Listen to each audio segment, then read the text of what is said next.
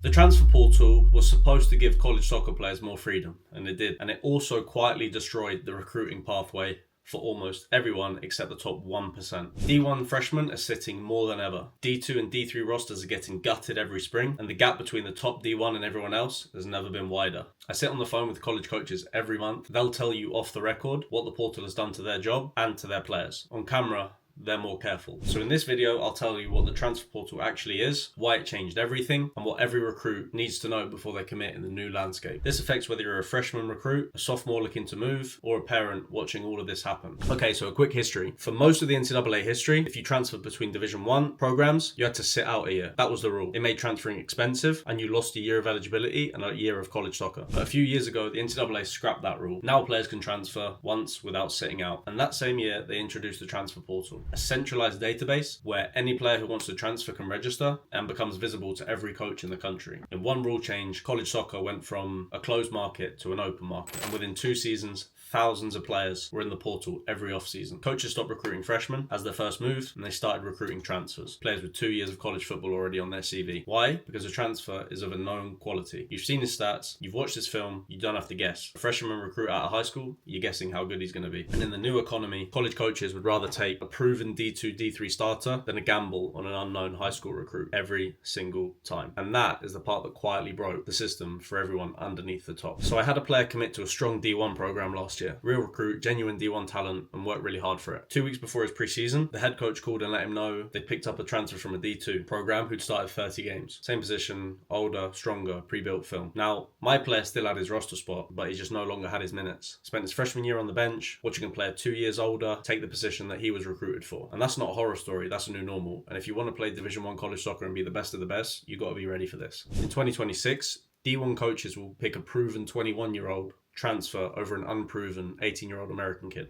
And let me break down who actually wins and loses in this new system. The winners are the top of Division 1, the programs with the budgets. A full-time recruiting staff on good salary, strong development, they're getting much better. They can cherry pick the best D2, D3 players every single off-season, and they're strong, and their roster is stronger than ever. International players are also big winners. They can show up at 19, having played 50 competitive games a year since they were 12. They're older than American freshmen, more physically ready, and they fit the new pro-style D1 model perfectly. D1 coaches are going to lean on them harder every year. Players already in the system too are winners. Players who are good enough to be recruited up. If you're at a D2 school starting every game, you can portal up to a real good D1 spot. That door is more open than it used to be.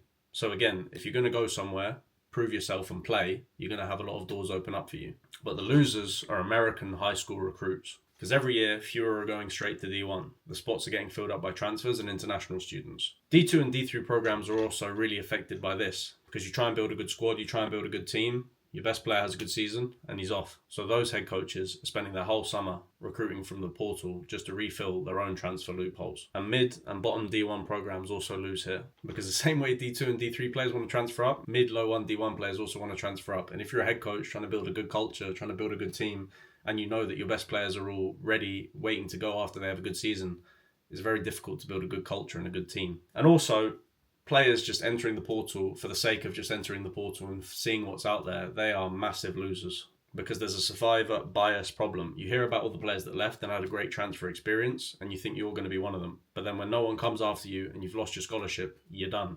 They're not making TikToks about that. So the transfer portal helps the elite get better and makes everyone underneath them a lot more vulnerable. That's the trade. So I want to tell you about a player who portaled because everyone told him he should.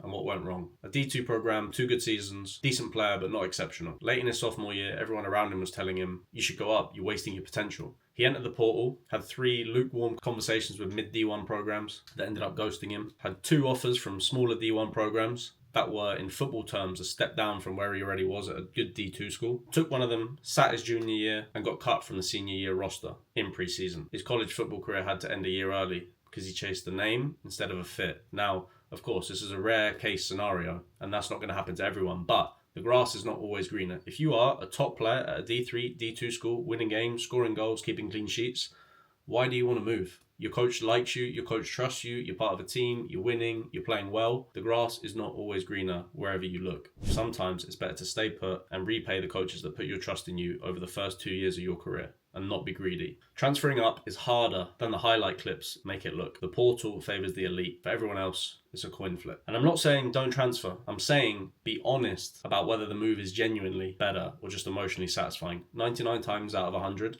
go to your coach, tell him you're wanting to transfer. He'll either throw more money at you or he'll tell you, okay, this could be a good fit for you. If your coach likes you, if you have a good relationship with your coach and you're playing well, he's going to be able to help you. If you deserve a move to a Division 1 school, he'll tell you. And if you don't, he'll also tell you. So if you're a recruit committing to a program in 2026 or 2027, what do you need to think about? Number one, ask the coach directly. How many transfers did you take in the last 2 cycles? What positions? How many freshmen got minutes last year? If they've taken 6 transfers and 1 freshman started, your roster spot is real. Your minutes probably aren't. Decide whether that's the deal that you want. 2, pick programs where you'll start by year 2. Not in theory, in reality. If the coach can't look you in the eye and tell you you'll be on the field, the verbal promise isn't worth anything. And it's true. As a freshman, to play college soccer is very difficult. The transition from club, from high school to college is no joke. So your freshman year, wherever you go, Division 1, 2, 3, it might be difficult for you to get on the pitch, but ask your coach honestly what the chances are and he will tell you. And number 3, don't commit to a tier you can't hold your minutes at. If you're a low D1 recruit and the next transfer cycle takes your position, you're sitting. Better to start at a D2 you can dominate than to bench warm at a D1 you can't. 4, the transfer route up now is a coin flip for most players. Don't plan around it. Plan around a program you want to be at for 4 years. And the portal's here,